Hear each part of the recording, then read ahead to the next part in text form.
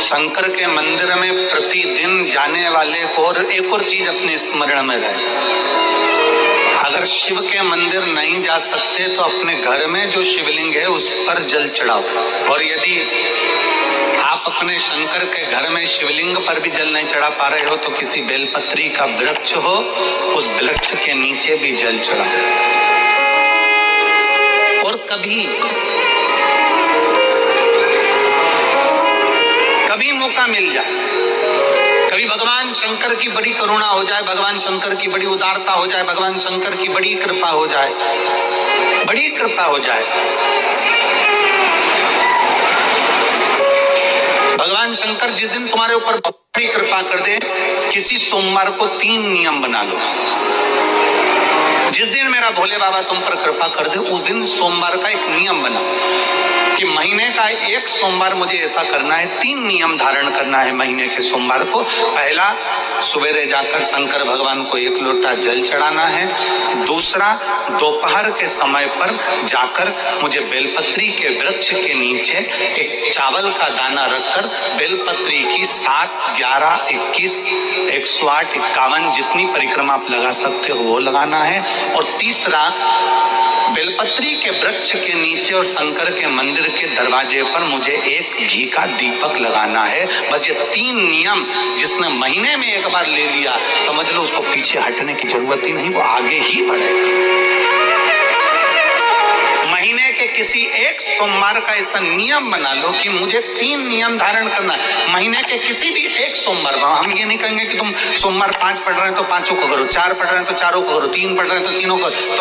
तुम तो महीने का एक सोमवार का नियम बना। और मेरी दीदियों से, मेरी बेटियों से जो विदेश में रह रही हैं, जो कहीं बाहर रह रही हैं, कहीं बड़े शहर में रह रही हैं, जो रोज मंदिर नहीं जा सकते, हर किसी महीने के एक सोमवार को भी ये नियम निर्धारण थे, तो उनसे कहेंगे कि 3 महीने में एक सोमवार का नियम बना लो। 3 महीने में नहीं बना सकते तो 6 महीने में एक सोमवार का नियम बना लो। और 6 महीने में नहीं बना सकते तो 1 साल में एक सोमवार का ऐसा नियम बना लो कि मैं साल का एक सोमवार ऐसा रहूंगी कि सुबह सोमवार के दिन मंदिर में जाकर जल चढ़ाऊंगी, दोपहर में जाकर बाबा को एक अक्षत का दाना रखकर, अक्षत का मतलब है कि बाबा मेरी दिनों दिन उन्नति करना। बेलपत्री के वृक्ष के नीचे जो अक्षत रखा जाता है वो उन्नति के लिए रखा जाता है। शंकर के शिवलिंग पर जो अक्षत रखा जाता है वो रोग मुक्ति के लिए रखा जाता है। अशोक सुंदरी पर जो अक्षत रखा जाता है वो संतान प्राप्ति के लिए रखा जाता है। षडानंद कार्तिकेय की ओर जो अक्षत रखा जाता है वो हमारे बच्चों की सुख समृद्धि के लिए रखा जाता है। विनायक की ओर,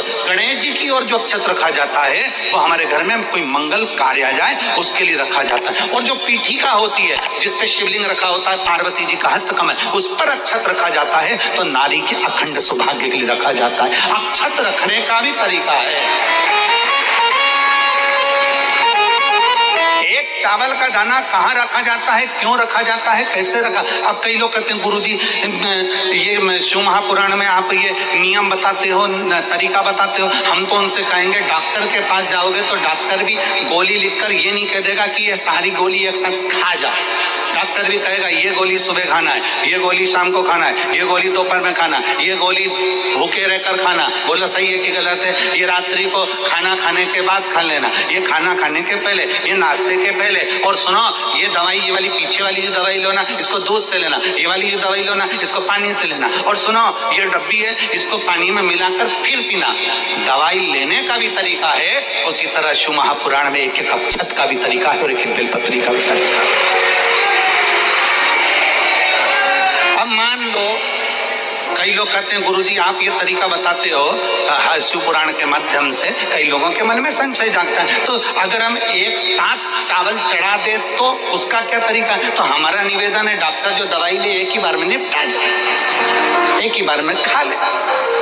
दवाई एक बार में पूरी खा गए असर नहीं करेगी, इसमें डॉक्टर का कोई दोष नहीं है। उसने तो बताया था ऐसे लेना, ऐसे लेना। और तुमने, मैं डॉक्टर साहब ने पूछा दवाई पूरी ली, शाम की दवाई भूल गई थी, सवेरे की दवाई भूल गई थी, ये दवाई भूल गई थी। डॉक्टर कहेगा हमने तो नियम बताया तब तुमने नहीं खाई, तो असर कहां से करेगी?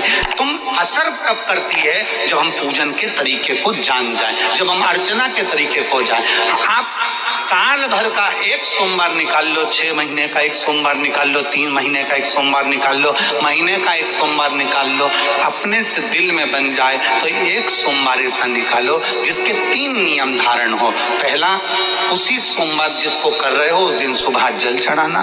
दूसरे, दोपहर के समय पर जाकर बेलपत्री के वृक्ष के नीचे एक चावल का दाना रखना और परिक्रमा बेलपत्र की जितनी तुमसे बन जाए, जितनी तुम्हारे शरीर की कैपेसिटी, जितना तुम्हारा शरीर चलते बन जाए। नहीं कहते कि तुम भूखे रहकर भगवान का भजन करो, हम कभी नहीं कहते। हम तो यहाँ तक कहते हैं, हमारे पुष्टि मार्ग में यहाँ तक कहा गया कि वल्लभ कुल की एकादशी करो, भले बकरी जैसे चरो पर एकादशी करो।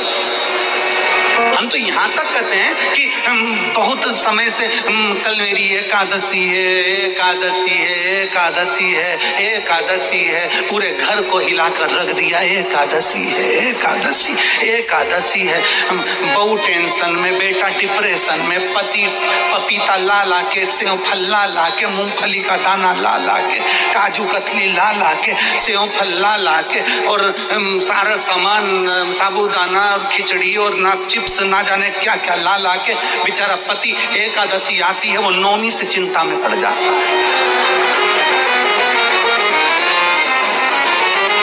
हम तो ये भी नहीं कहते कि तुम व्रत बहुत भारी करो, तुम व्रत उपास भी बहुत टेंशन वाला करो, ना ना ना।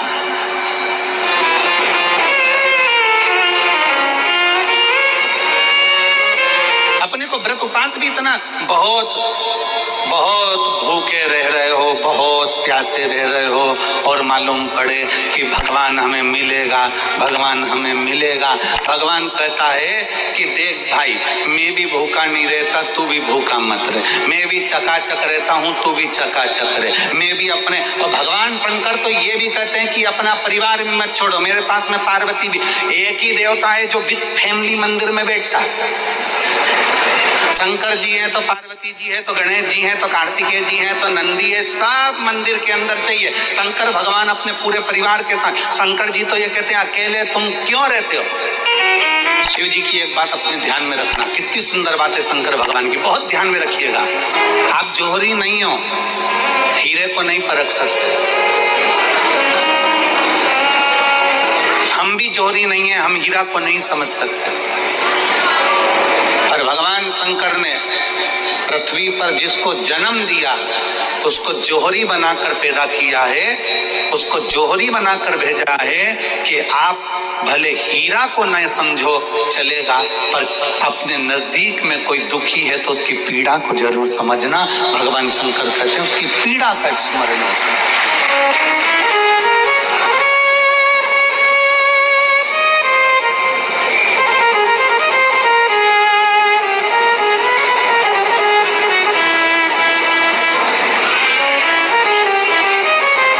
को समझो ना समझो पर पीड़ा को जरूर समझिए,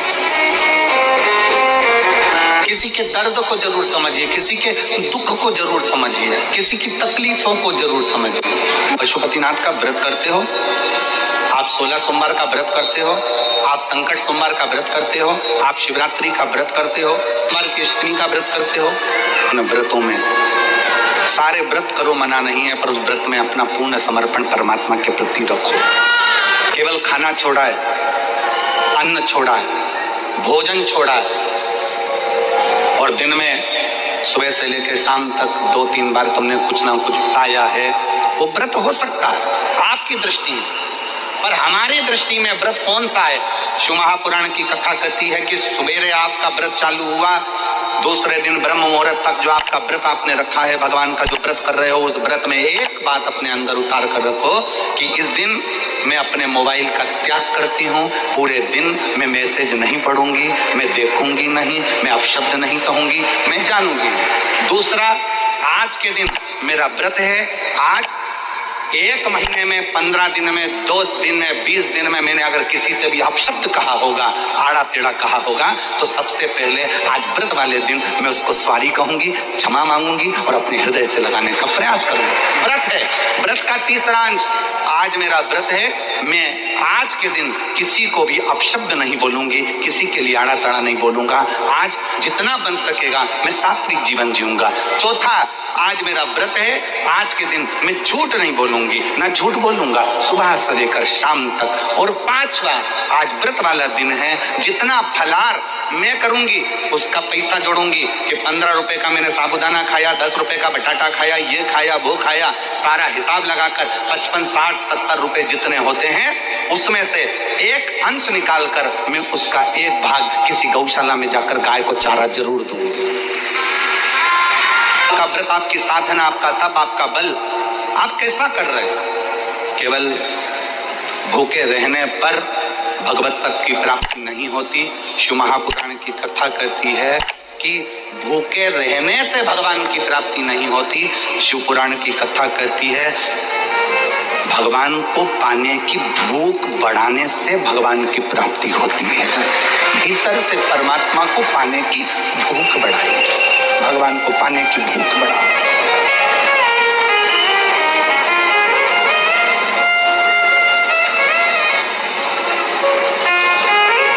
व्रत करो मना नहीं, तप करो मना नहीं, साधना करो मना नहीं, पर उस तप साधना में व्रत में परमात्मा को पाने की ललकता हो आपके भीतर, भगवान को पाने की ललकता हो आपके भीतर, भगवत पद को पाने की ललकता हो आपके भीतर, तो भगवान।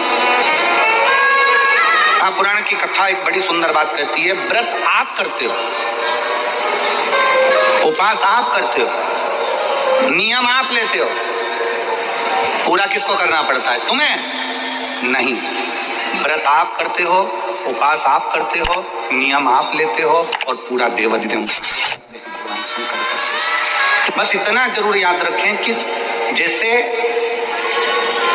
कुछ प्राप्त हो भी गया तो शिव को धन्यवाद देकर शंकर के दरवाजे पर जाते रहना, यह हमारा कर्तव्य है।